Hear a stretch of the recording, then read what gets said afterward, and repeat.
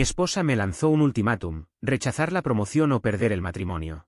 Elegí el ascenso, firmé el divorcio y observé cómo se derrumbaba su mundo mientras yo construía el mío con más fuerza que nunca. Soy Mauricio, tengo 32 años y escribo estas líneas desde un apartamento vacío que acabo de alquilar. Hace 3 semanas recibí la llamada que cualquier trabajador ferroviario sueña con escuchar. Me ofrecieron el cargo de supervisor de patio en el centro principal de operaciones en Denver. No era cualquier ascenso. Era la vía rápida para convertirme en jefe de trenes y, con el tiempo, llegar a superintendente de división si jugaba bien mis cartas. La oferta era demasiado buena: salario base de $78.000, horas extras garantizadas que lo llevaban fácilmente a más de 120.000, e incluso podía superar los 140.000 con los pagos extra por festivos y las bonificaciones por riesgo. Todo con beneficios completos, jubilación ferroviaria y una pensión real. Era dinero que cambiaba generaciones, el tipo de ingreso que asegura la universidad de los hijos y te permite retirarte de verdad. Carolina y yo llevábamos 6 años casados. Ella, de 29, trabajaba a tiempo parcial en una clínica dental, ganando $18 la hora cuando se dignaba a ir. Se pasaba los días quejándose, que quería una casa más grande, un coche nuevo, vacaciones que no fueran a acampar en la cabaña de un amigo.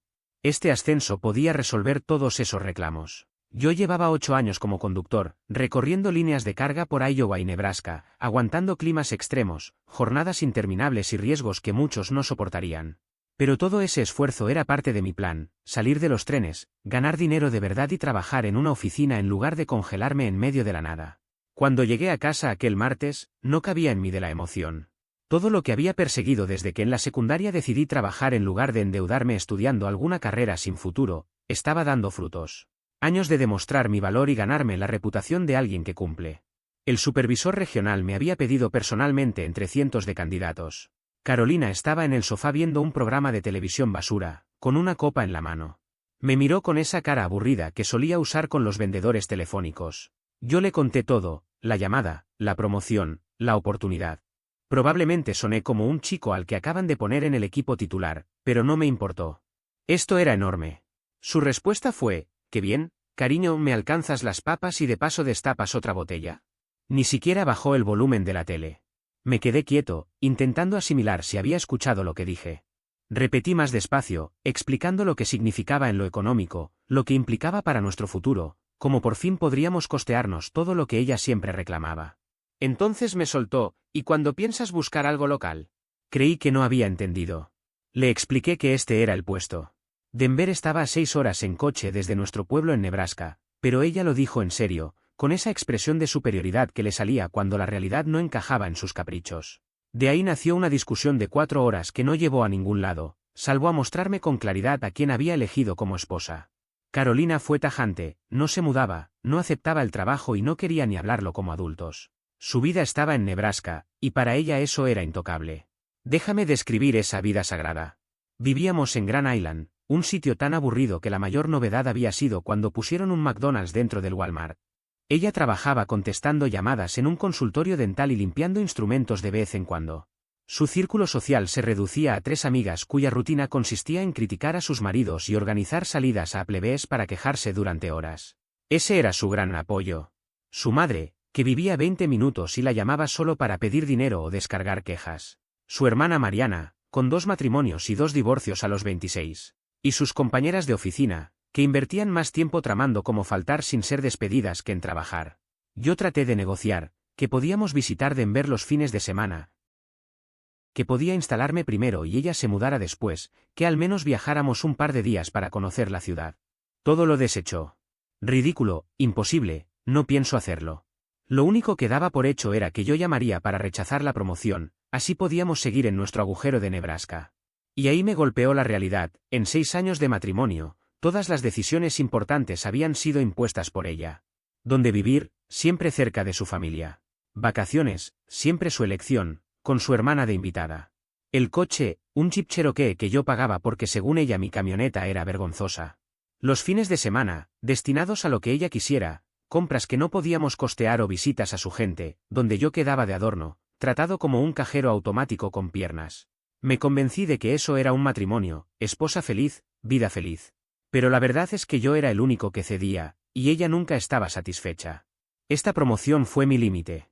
No porque buscara un pleito, sino porque se trataba de decidir si iba a pasar el resto de mi vida permitiendo que alguien más definiera mis logros. Cuando entendió que esta vez no me doblegaría, sacó su última carta. «Eres un egoísta», dijo, cruzada de brazos, con el tono de una madre que regaña a su hijo. Le respondí que justamente estaba aceptando ese ascenso para darle la vida que siempre pedía. ¿Qué tenía de malo querer progresar? Su réplica fue demoledora: un verdadero esposo no abandona a su mujer por dinero. Si de verdad me amaras, ni lo pensarías. Y yo pensé, una verdadera esposa apoyaría a su marido en lugar de hundirlo. Esa noche, mientras Carolina se daba uno de sus interminables baños de 1 hora, recibí la llamada de mi hermano Federico. Él es mecánico y lleva 10 años casado con su novia del instituto. Me dijo directo al grano: «Hermano, estarías loco si no aceptas ese trabajo. Los supervisores del ferrocarril ganan una fortuna, y Denver es una gran ciudad». «¿Qué problema tiene Carolina?». Cuando le expliqué la posición de ella, se quedó en silencio. Escuché cómo trataba de darle sentido a lo que decía. Finalmente, comentó: «Mira, si estuviera en mi lugar, Lucía ya me tendría las maletas hechas antes de que colgara el teléfono. Incluso me llevaría en coche y me ayudaría a buscar un departamento». Ese comentario me golpeó fuerte, porque tenía toda la razón. Una pareja que realmente se preocupa por tu éxito se alegra de tus logros, investiga oportunidades, sueña contigo. Carolina, en cambio, reaccionó como si yo le hubiera dicho que me unía a una secta. La observé y recordé aquella promesa que le hice de amarla y honrarla, cuando aún era joven e ingenuo. Solo pude decirle: «Carolina, nunca te obligaría a mudarte conmigo». Ella sonrió, me dio un beso en la mejilla como si fuera un niño obediente que había aprendido su lección y me dijo con aire de superioridad: «Bien hecho. Llámalos mañana y diles que no. Vendrán más oportunidades». Claro, otras oportunidades. Pero al día siguiente hice la llamada, y no fue para rechazar, sino para aceptar el puesto y preguntar cuándo querían que empezara. Sé cómo suena, como si hubiera engañado a mi esposa y me hubiera largado sin avisar. Pero 6 años casado con Carolina me habían demostrado cómo manejaba cualquier conflicto, menos conversación madura de adultos y más un estallido dramático digno de una telenovela. Si llegaba a enterarse con anticipación, esos días previos se habrían convertido en un infierno. Habría gritos, escándalos con su familia involucrada, tal vez incluso apareciendo en mi trabajo llorando y reclamando abandono. Yo ya había visto ese libreto cuando Mariana se divorció. Carolina se transformó en un ejército de guerra psicológica que convirtió en miserables a todos los que la rodeaban. Por eso guardé silencio y empecé a planear mi salida con cuidado. El primer paso fue hablar con mi compañero de trabajo Rogelio. Él se ha divorciado 2 veces y sabe bien cómo protegerse en esas situaciones. Una noche, tomando unas cervezas después del turno, le conté todo.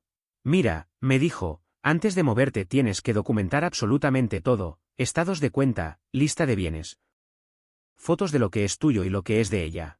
Los abogados de divorcio son caros, pero salir perdiendo en un juicio cuesta mucho más. Créeme, lo digo por experiencia». Tenía razón. Yo llevaba años sosteniendo el estilo de vida de Carolina mientras ella gastaba como si tuviera una imprenta en el sótano. Y con ella, todo, tarde o temprano, acababa mal. Necesitaba pruebas. Abrí una cuenta bancaria en otra entidad y empecé a transferir allí mis sueldos. No me limité al dinero. Pasé 2 semanas fotografiando facturas, recibos, extractos de los últimos 3 años. Todo con mi nombre, para mostrar quién financiaba realmente nuestra vida. Siempre habíamos tenido cuentas separadas porque a ella no le gustaba que revisara sus gastos. Eso me convenía, su concepto de administrar dinero era comprar lo que se le antojara.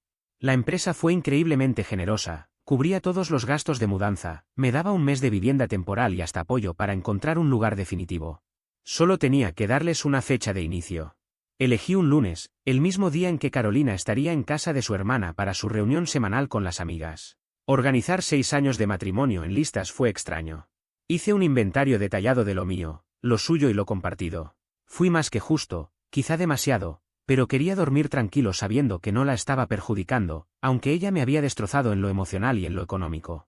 Los muebles de la sala, que compramos juntos, se quedaron. El juego de dormitorio que pagué yo pero usamos ambos, también lo dejé. Incluso el televisor de 60 pulgadas que compré para ver fútbol, lo dejé allí. Solo me llevé mi ropa, mis herramientas, el equipo de pesca, mis cosas personales y la camioneta a mi nombre, ya pagada.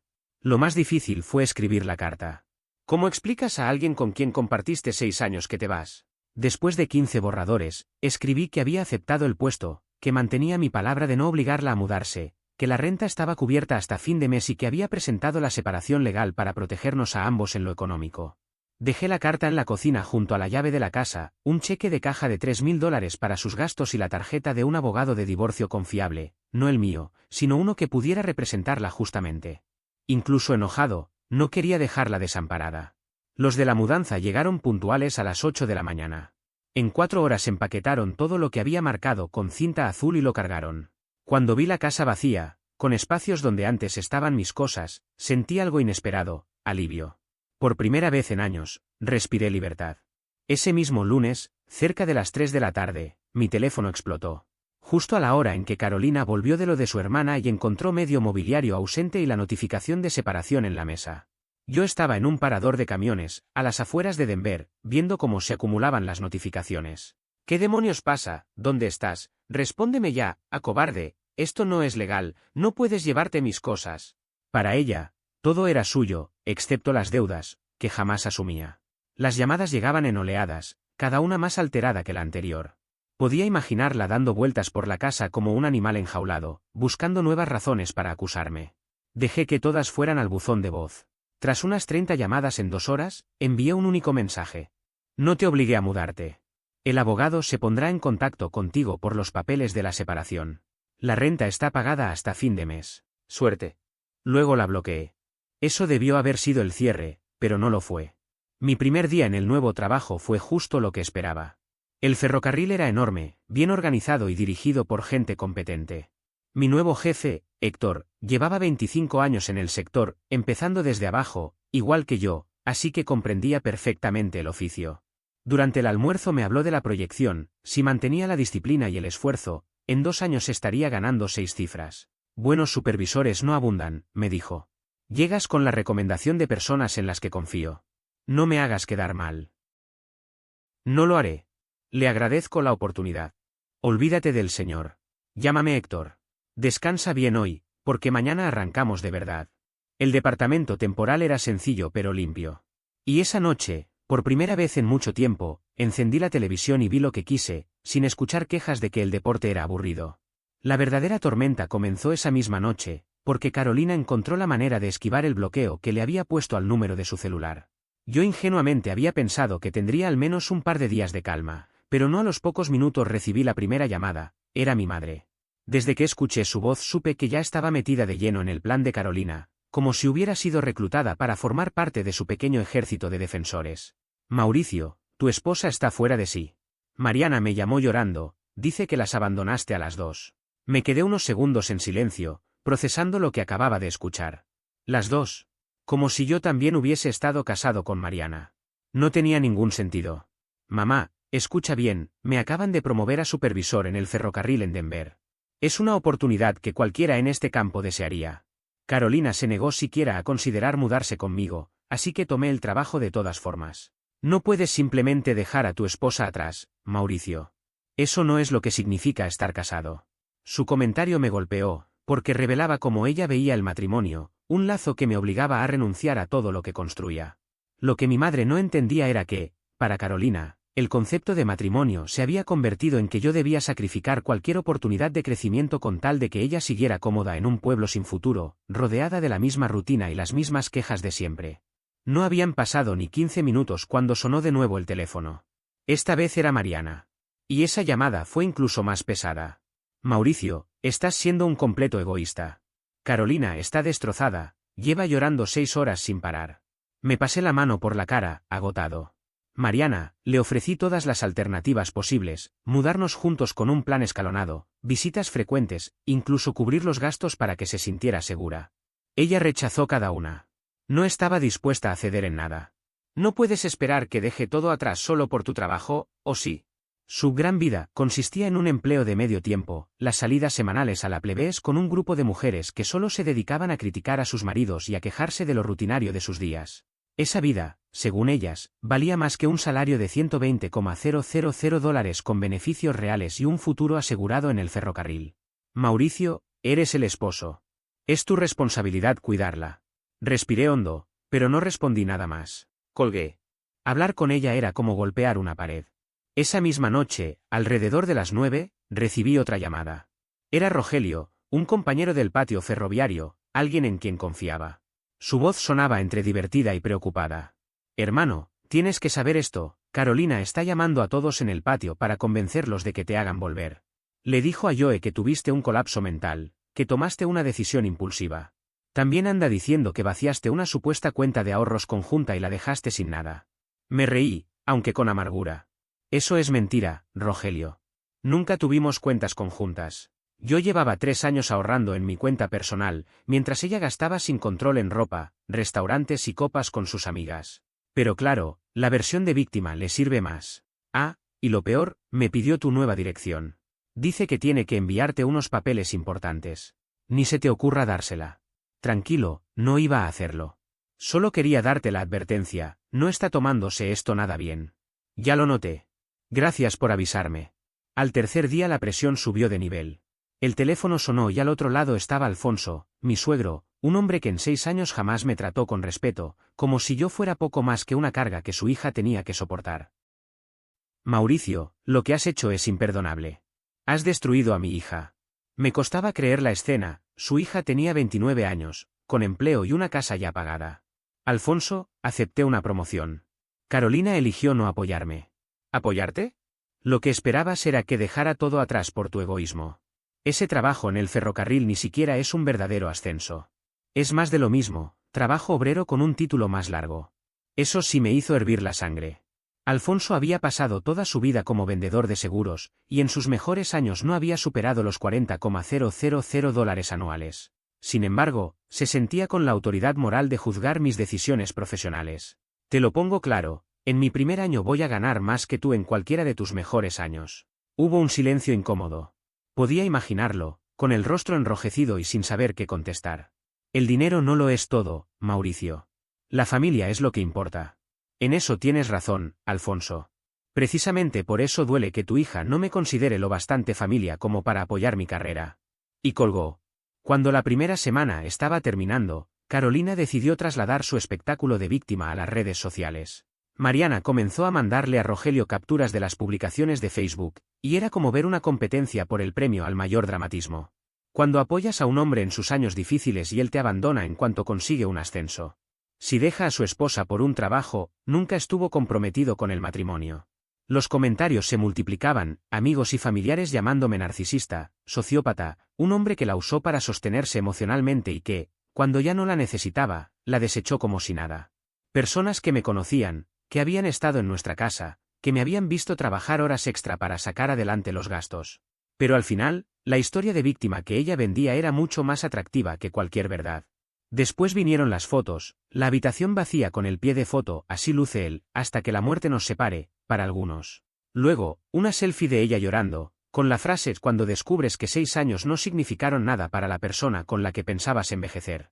Y, para rematar, una publicación pidiendo recomendaciones de abogados de divorcio que trabajaran por contingencia, acompañada de también acepto sugerencias de investigadores privados, porque algo no me cuadra con este supuesto ascenso. La paranoia ya estaba llegando a niveles clínicos. Lo peor fue ver lo que se compartía en un grupo local de trabajadores del ferrocarril en Facebook. Mariana, hablando en nombre de Carolina, escribió, el esposo de mi hermana la abandonó con la excusa de un falso trabajo en Denver. ¿Alguien puede confirmar si BNSF contrata así o si es algún tipo de estafa? Creemos que inventó todo para encubrir una aventura. Una estafa. Una amante. Cualquier versión era más atractiva que reconocer que Carolina estaba actuando como una niña caprichosa. Para suerte mía, 3 personas del grupo contactaron a Rogelio directamente para confirmar que sí, BNSF contrata supervisores de esa manera y que no había ninguna estafa. Pero la verdad ya no era lo que importaba, lo importante era sostener el relato de villano que me habían asignado. El colmo llegó con un mensaje privado en Facebook de Florencia, una prima de Carolina a la que apenas había visto un par de veces en 6 años. Mauricio, creo que deberías saberlo. Carolina está planeando manejar hasta Denver para arreglar las cosas. Dice que va a reservar un hotel y quedarse hasta que recapacites. Te aviso porque sinceramente no está actuando con racionalidad. Fantástico. Justo lo que me faltaba, la posibilidad de que apareciera en mi trabajo o en mi departamento, armando un escándalo que terminaría viralizado en internet bajo un título ridículo como, esposa desquiciada confronta a marido en el patio ferroviario. Le reenvié el mensaje a Héctor, mi jefe directo, y le expliqué la situación con detalle. Esperaba al menos cierta preocupación por el hecho de que pudiera convertirse en un problema de reputación para la empresa. Golpeé suavemente la puerta de la oficina, y al entrar, él me miró con seriedad. Escucha, Mauricio, me dijo. Podría decirte que no te preocupes, pero sé que eres alguien que piensa con antelación. Así que hagámoslo juntos. Sacó un bloc de notas y comenzó a escribir con calma. El personal de seguridad ya conoce tu situación. Si Carolina aparece, la atenderán con profesionalismo y firmeza. Además, estoy registrando esta conversación para que quede constancia en caso de que más adelante sea necesario. Aquí también tienes el número del programa de asistencia para empleados, lidian con este tipo de cosas más seguido de lo que creerías. Alzó la vista y me sostuvo la mirada. Viniste aquí a hacer un trabajo, y lo estás haciendo bien. No permitas que dramas personales descarrilen lo que has conseguido. Los hombres prudentes se preparan antes de que lleguen los problemas. Esa misma tarde recibí una llamada de Federico con noticias que eran a la vez cómicas y preocupantes. Hermano, no lo vas a creer, me dijo entre risas. Carolina se presentó en casa de mamá con toda una exposición sobre por qué estás cometiendo un error, llevaba gráficos circulares y todo. Mostraba lo carísimo que es vivir en Denver comparado con Nebraska. Mamá fue cortés, pero después me confesó que Carolina parecía estar completamente desequilibrada. Insistía en que habías sufrido un cambio de personalidad y que el verdadero Mauricio jamás abandonaría a su familia. Incluso llegó a preguntarle si pensaba que estabas consumiendo drogas. Me quedé pensando en la ironía, 6 años dedicados a priorizar sus caprichos antes que mis propias metas, trabajando horas extra para financiar sus compras y sus excesos, sin pedirle nunca que sacrificara algo por nuestro futuro. Ese Mauricio ya no existía, y francamente era un alivio. Para colmo, dejó en casa de mamá una carpeta con supuestas pruebas de que llevaba meses planeando todo esto. Al final solo eran capturas de pantalla de mis búsquedas de departamentos en Denver y listados de empleos. Mamá lo tiró a la basura. Era claro que Carolina había perdido completamente la noción de la realidad. 3 semanas después, ya establecido en mi nuevo empleo, salía del ferrocarril a eso de las 6 de la tarde cuando la vi. Estaba junto a mi camioneta en el estacionamiento del personal, con el peinado como si fuera a un baile de graduación y un maquillaje tan exagerado que podía notarse a metros. Llevaba un vestido demasiado ajustado y elegante para el lugar. Era evidente que se trataba de su estrategia para recuperarme, una mezcla de patetismo y amenaza. Necesitamos hablar, me dijo con tono exigente. No, Carolina, no tenemos nada que hablar. ¿Cómo lograste entrar aquí? Le dije a seguridad que era tu esposa y que se trataba de una emergencia familiar. Cuando empecé a llorar, se mostraron muy colaboradores. Respiré hondo. Este es mi lugar de trabajo, no puedes irrumpir así. Sigo siendo tu esposa, Mauricio. Tengo derechos. ¿Derechos para acosarme en mi empleo y montar un espectáculo frente a mis compañeros? En contra de mi buen juicio, accedí a ir con ella a un café de la estación cercana. Antes de salir, envié un mensaje a Rogelio. Carolina apareció en mi trabajo. Vamos a tomar un café en la gasolinera Shell de la Quinta. Si en 2 horas no sabes de mí, llama a la policía. Parte de mí quería evitar un escándalo en mi nuevo empleo, pero sobre todo ya había aprendido que la mejor forma de manejar sus dramas era dejando un registro. La charla fue como observar a alguien intentando convencerte de que el cielo es verde. Cada frase estaba desconectada de la realidad, como si hubiera ensayado un guión frente al espejo. He estado pensando, dijo mientras revolvía el café. Tal vez me apresuré al rechazar lo de Denver. Podría ser una aventura, como cuando salíamos y todo era emocionante. Carolina, fuiste muy clara, no pensabas mudarte por mi carrera. Dijiste que era egoísta por considerarlo. Tenía miedo, Mauricio. Me lo soltaste de repente y reaccioné mal. Pero estuve investigando y hay buenas oportunidades aquí. Podría trabajar en una clínica dental más grande, quizá incluso volver a estudiar para ser higienista dental, como siempre quise. Y ahí estaba la verdadera razón, había hecho cuentas con mi nuevo salario y descubrió qué estilo de vida podría darle. Ahora que sabía que mi ingreso superaría con creces lo que habíamos hablado en el pasado, esas oportunidades súbitamente le resultaban atractivas. Eso está muy bien, Carolina, pero ya estamos separados. Presenté los papeles. Su rostro cambió en segundos, pasando por una serie de gestos antes de detenerse en esa mirada dolida que había perfeccionado con los años. ¿Separados? Mauricio, la gente no se separa por una discusión de trabajo. El matrimonio significa enfrentar juntos los problemas. Lo que tú querías no era enfrentar nada. Querías que rechazara el ascenso y me quedara en Nebraska para que tú no tuvieras que salir de tu zona de confort. Fue entonces cuando soltó la bomba que explicaba los últimos 6 años y, de paso, me salvó de desperdiciar las próximas décadas. Te estaba poniendo a prueba. Quería saber si me escogerías a mí antes que al dinero, Si de verdad me amabas lo suficiente como para sacrificarte por nuestro matrimonio. 6 años casados y todavía jugando a las pruebas adolescentes. Cuando no cedí a su ultimátum, como siempre había hecho, su mundo se derrumbó. Carolina, los adultos no se ponen a prueba, se apoyan. Se comunican. Lo que siguió fueron 20 minutos de manipulación en todas sus variantes.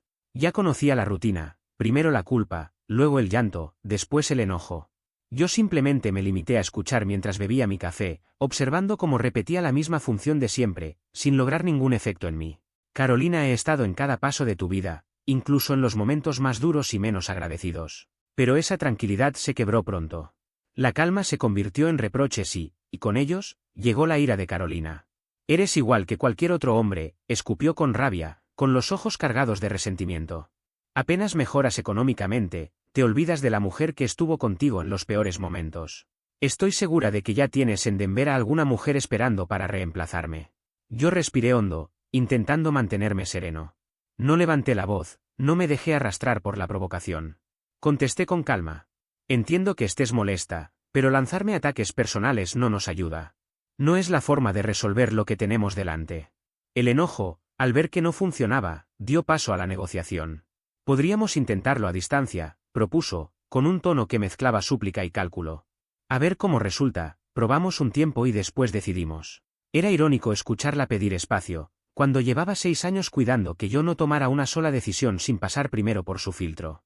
Ahora, de repente, era ella quien hablaba de distancia. Cuando vio que esa vía tampoco la llevaba a donde quería, cambió la estrategia y se pintó como víctima. ¿Tienes idea de lo que esto ha hecho con mi reputación?, me dijo, con la voz quebrada. Todo el pueblo sabe que me dejaste. Ni siquiera puedo entrar al supermercado sin sentir cómo la gente me mira y murmura. Hasta mi madre me preguntó qué hice para que te marcharas. Lo planteaba como si fuese un misterio sin explicación, cuando la realidad era evidente: años de manipulación, falta de apoyo y control constante. Y entonces, como última carta, lanzó lo que yo había sabido desde el primer momento que usaría, su opción nuclear. Está bien, dijo con frialdad. Si quieres destrozar nuestro matrimonio por ese trabajo, me debes una compensación por los años que invertí en ti. La miré, incrédulo. ¿Cómo dices? Llámalos pensión alimenticia, manutención, lo que quieras. Te entregué 6 años de mi vida.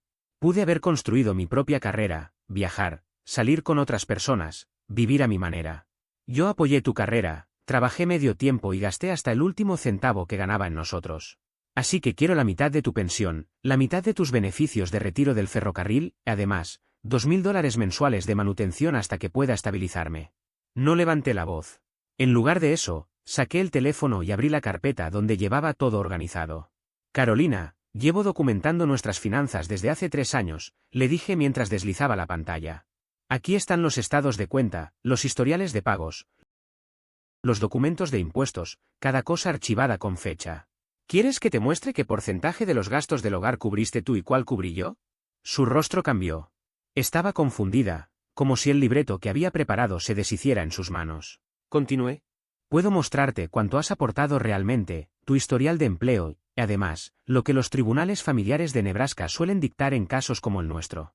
Y créeme, no es ni de cerca lo que estás pidiendo. Ella, sin darse por vencida, trató de escalar. Si no lo aceptas voluntariamente, te demandaré y me aseguraré de que todos sepan qué clase de hombre eres. Respondí con la misma calma de siempre. No vas a obtener la mitad de mi pensión ni manutención alguna. Entonces iré a por todo. Mi abogada dice que tengo un caso sólido por abandono y daño emocional. Saqué mi billetera, busqué una tarjeta y la deslicé hacia ella. Ese es el contacto de una abogada que investigué para ti. Es buena, justa y honesta. Te dará expectativas reales sobre lo que puedes conseguir, no fantasías. Me levanté, dejé un billete de 20 sobre la mesa para pagar los cafés y añadí. Y para que lo sepas, llevo registrando todo desde el día en que recibí la oferta de trabajo. Si decides que esto se vuelva feo, será tu elección, pero yo ya estaba preparado para esa posibilidad. Enfurecida, se levantó de golpe, empujando la silla con tal fuerza que el estruendo llamó la atención de medio local. Te arrepentirás, Mauricio.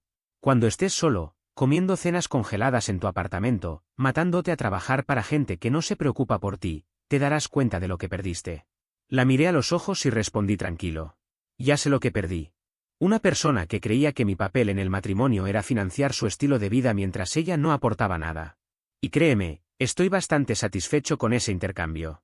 Salió casi corriendo, pero aún intentó lanzar un último dardo envenenado. Tu madre tenía razón sobre ti. Siempre fuiste egoísta, y yo era demasiado buena para ti. No pude evitar sonreír. Mi madre, la misma que me enseñó a valorar la disciplina, el trabajo duro y la autosuficiencia, nunca estuvo de su lado. De hecho, cuando Carolina intentó usarla como aliada, mi madre tomó las pruebas que ella llevaba y las tiró a la basura, pidiéndole de paso que dejara de presentarse en su casa. Ese enfrentamiento en el restaurante ocurrió hace 6 semanas. Y, aunque no lo esperaba, me dio un cierre que necesitaba. Ver a Carolina desplegar uno por uno sus trucos de manipulación, repitiendo cada táctica como si leyera un manual, confirmó que había tomado la decisión correcta y que probablemente me había ahorrado décadas de amargura. Pero no, la historia no terminó allí. Con Carolina siempre hay un más. Su habilidad para complicarse la vida y arrastrar a otros en el proceso parecía no tener límites. Apenas estaba calentando motores. Tras regresar a Nebraska, decidió que nuestra separación debía convertirse en una especie de cruzada pública, casi un espectáculo comunitario.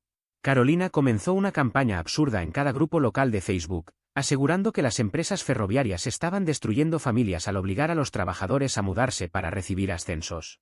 Incluso redactó una petición bajo el lema "Mantengamos unidas a las familias de Nebraska". Al final, apenas logró reunir 12 firmas, porque la mayoría se dio cuenta enseguida de que aquello no tenía sentido.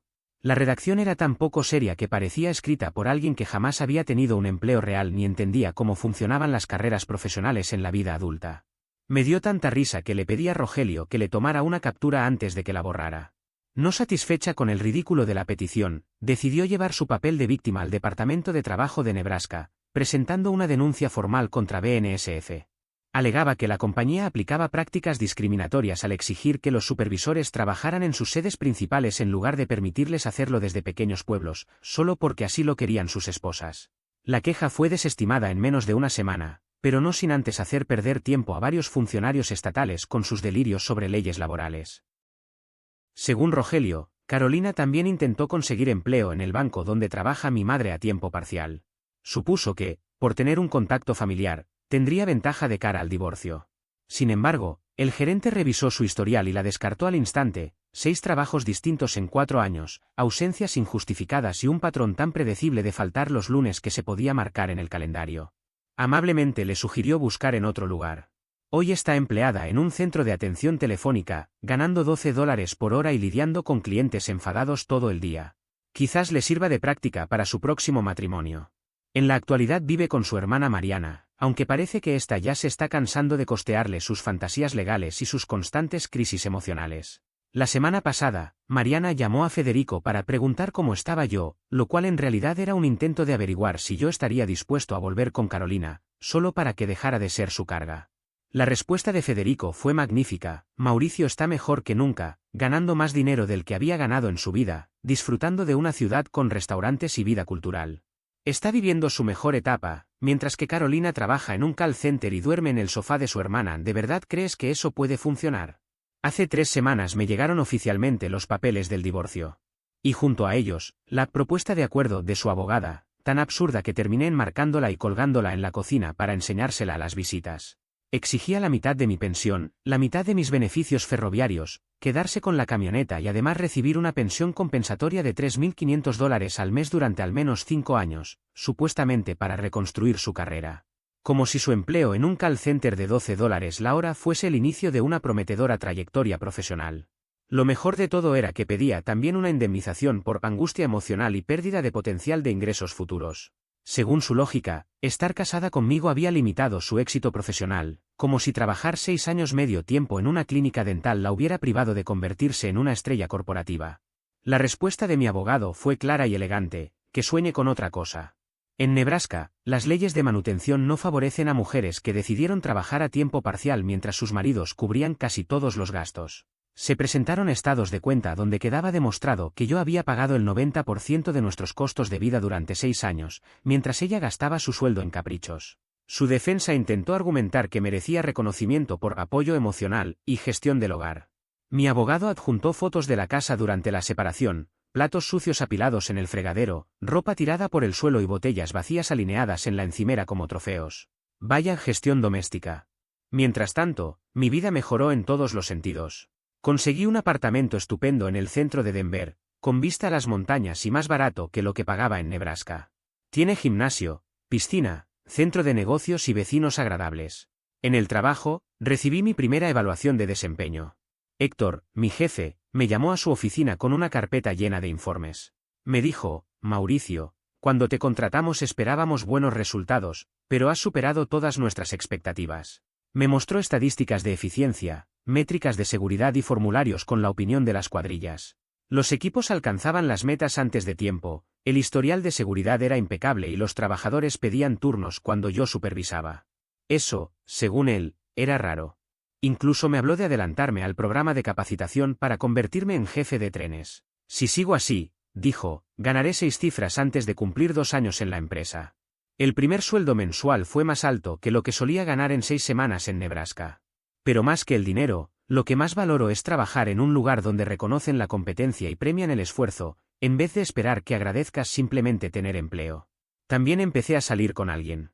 Se llama Julieta, es despachadora en la misma compañía. Cuando le conté sobre mi ascenso, sonrió y dijo: eso es increíble. Denver es una ciudad genial, seguro que tienes muchas oportunidades por delante. Tiene sus propios objetivos y su vida independiente, no necesita que yo sea su entretenimiento ni su sostén económico. Es un aire completamente distinto al pasado. La semana pasada, mi madre me llamó con un chisme del barrio. Mauricio, me encontré con Carolina en el supermercado. Se veía fatal. Intentó acorralarme en la sección de verduras para hablar de cómo habías abandonado tus responsabilidades como esposo. Le pregunté qué le respondió. Le dije que si volvía a presentarse en mi casa, llamaría a la policía para que la arrestaran. Amo a mi madre. Luego me preguntó si pensaba que yo aceptaría reconciliarme en caso de que Carolina pidiera perdón y prometiera mudarse a Denver. Su respuesta fue genial: ese barco ya zarpó, chocó contra un iceberg y se hundió hasta el fondo del océano, donde debe estar. Y así termina, amigos. 6 años de matrimonio con Carolina me dejaron una lección clara: cuando alguien te muestra quién es, créelo desde la primera vez. Si confunden amor con control y manipulación, elige tu libertad. No malgasten su tiempo.